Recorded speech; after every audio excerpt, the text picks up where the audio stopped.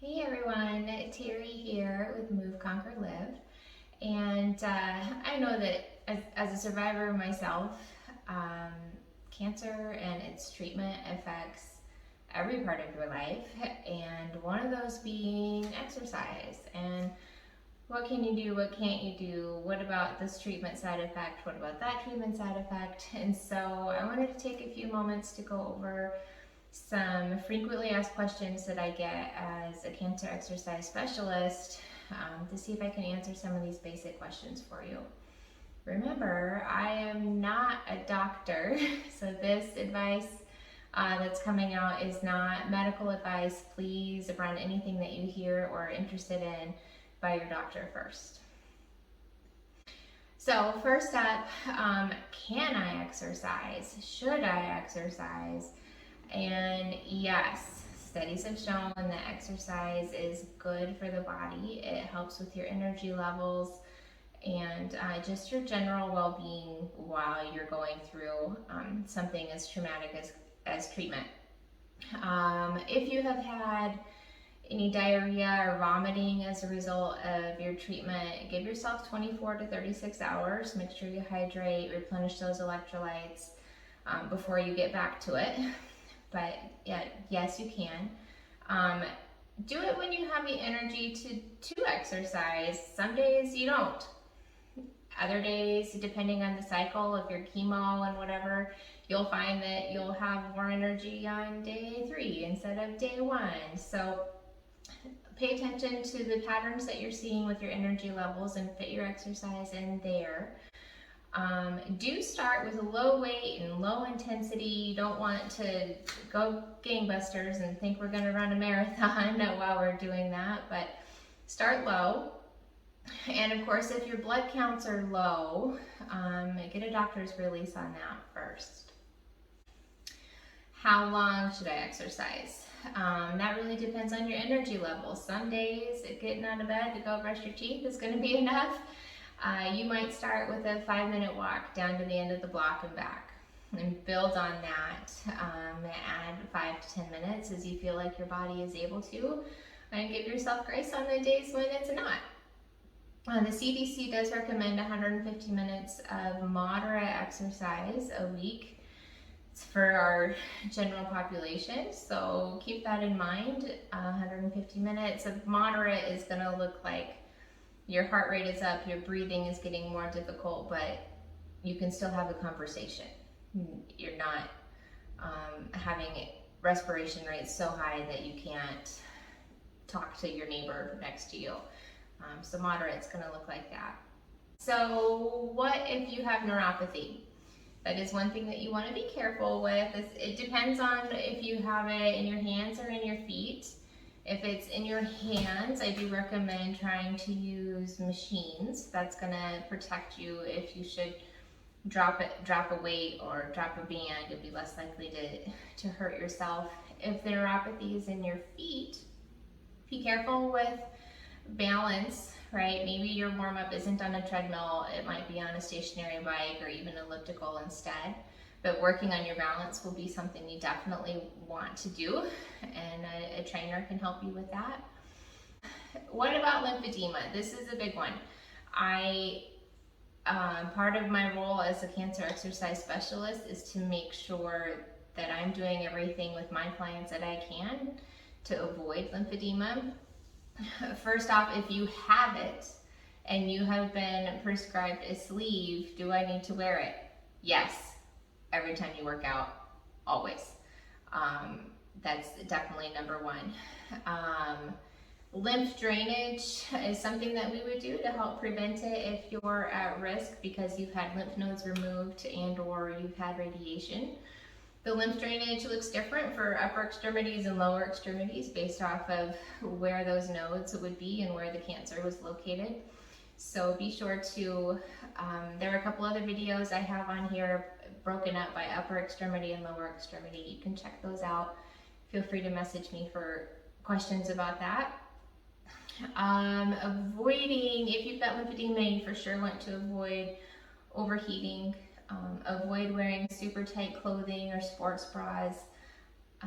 We want to avoid infection. If you've had lymph nodes removed, we want to make sure that your blood pressure readings and any injections or shots that you have are done on the opposite side so that we don't overload the lymphatic system on the affected side. Do make sure that you're drinking plenty of water, and do your lymph drainage exercises before you exercise for sure, afterward if you have time, and those are things that you can do every day to help avoid that buildup. What if you have lymphedema and you notice swelling? Or what if you don't have lymphedema and you notice swelling? What do we do about that? You can consider taking some measurements before to know kind of where your baseline is. If that is going to be, in your arm, you'll take measurements at the wrist, the forearm, the elbow, and up here closer to your armpit. If we're looking at maybe some swelling in the face or neck, we'll do measurements around the neck, and these are just diameter measurements to see where your baseline is. If you're looking at your chest, we'll do measurements around your lats here and on your waist. And then if it's in your core, we would do your waist, your hips, and then your legs. And if this swelling if we've had nodes in the abdomen removed, then the lymphedema could happen in either leg. So that's why we would measure both legs beforehand.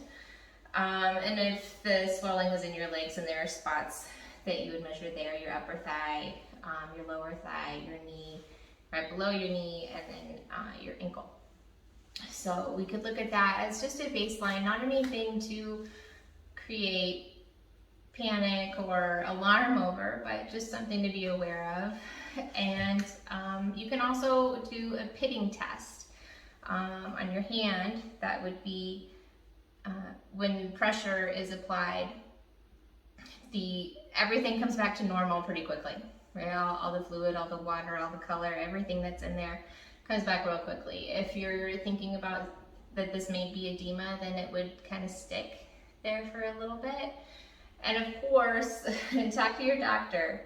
It's not something that you want to play around with. Definitely talk to your doctor, get evaluated if you're really worried about it, and see what they have to say, okay? What if you have spacers because you're getting ready for reconstruction?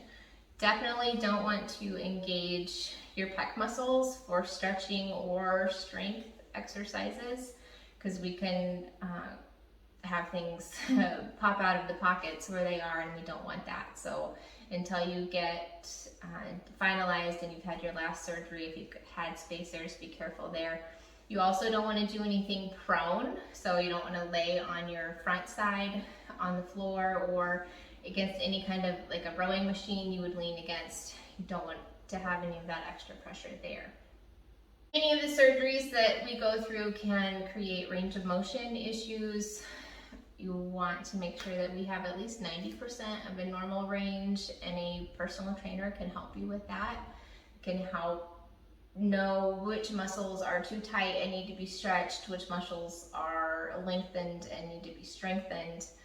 A trainer can help you with all of that. If, like for example, a mastectomy can create a tight chest and a little bit of a rounded shoulder posture and range of motion for your arm here. And so if you are tight there, we're not going to have you doing a whole lot of chest exercises. We're going to work on stretching that, and we'll strengthen your back to help correct that first. Because if we're going to do a lot of strength training in your chest, then that's just going to make those muscles tighter and exacerbate the situation that we're trying to correct.